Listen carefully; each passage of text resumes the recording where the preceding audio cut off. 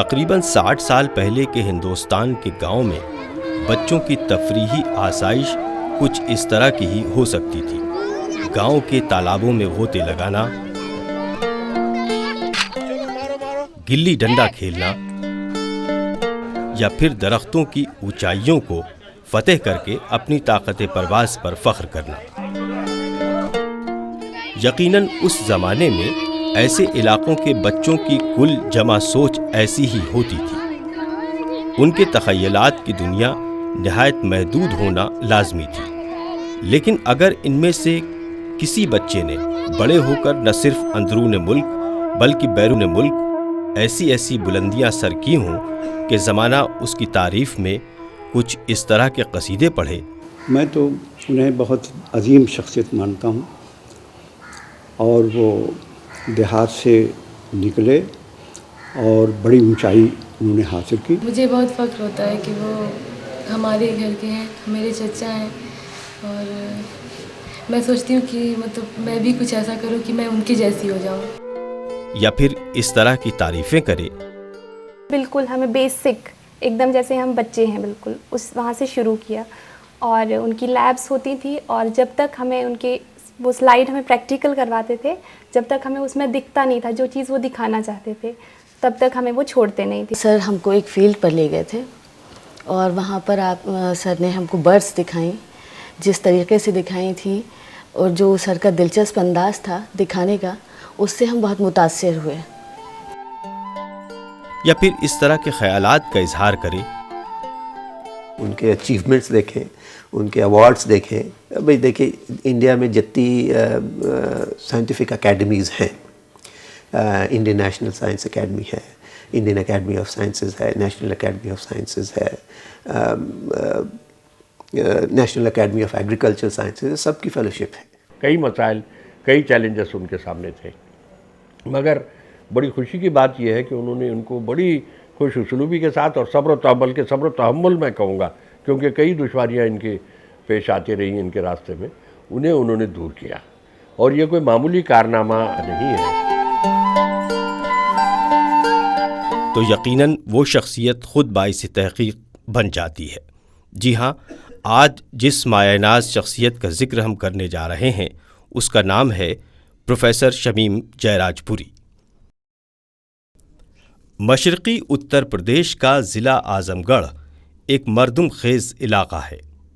اس سرزمین نے اردو زبان و ادب کو وہ گوہر نایاب دیے ہیں جس پر تاریخ ہمیشہ فخر کرتی رہے گی۔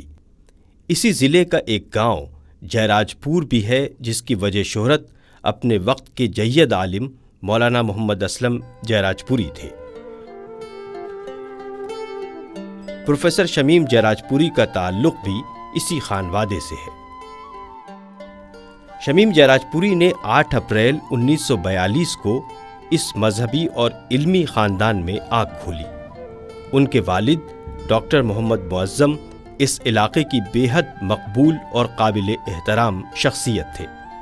گھر پر روایتی دینی تعلیم کے ساتھ شمیم جے راج پوری کی ابتدائی تعلیم کا سلسلہ بھی شروع ہوا، اور بعد میں شبلی ہائی اسکول میں ان کا داخلہ ہوا۔ 1955 میں ہائی اسکول کرنے کے بعد 1957 میں انٹرمیڈیٹ مکمل کیا۔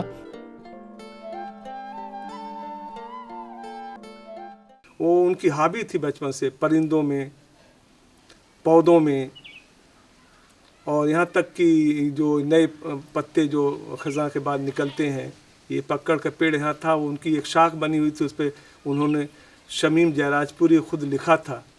وہ پھل اس کا کھاتے تھے، آتے تھے چھٹیوں میں، اور وہ بعد میں اتنا بڑا بڑھ کر کے ہو گیا کہ وہ بہت بڑا نام، ایک سمجھ لیے کہ ایک شناخت تھی، لگتی وہ کٹوا گیا پیڑ۔